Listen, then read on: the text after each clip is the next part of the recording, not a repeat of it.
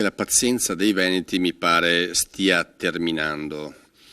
Dopo il referendum noi abbiamo subito fatto una legge, l'unica regione in Italia a fare una legge di 62 articoli per spiegare tutto quello che chiedevamo.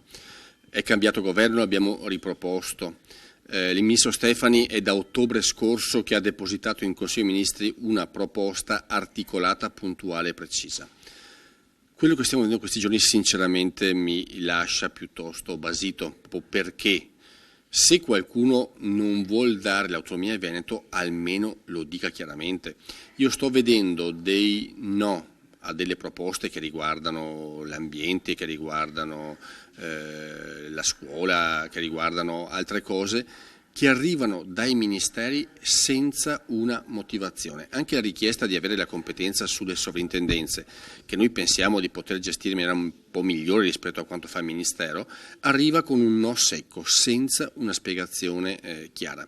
Questo mi fa specie, mi auguro e spero che appunto il Ministro Stefani sia messa in condizione di poter dare una risposta alle regioni che hanno chiesto maggiori forme di autonomia, perché veramente se qualcuno effettivamente, come ho sentito questa mattina la Ministra Lezzi parlare in maniera impropria di risorse di finanza riguardante l'autonomia, almeno siano chiari e ci dicano no chiaramente, non appunto allungando il brodo, non facendo melina, perché ripeto, i veneti sono stanchi di aspettare.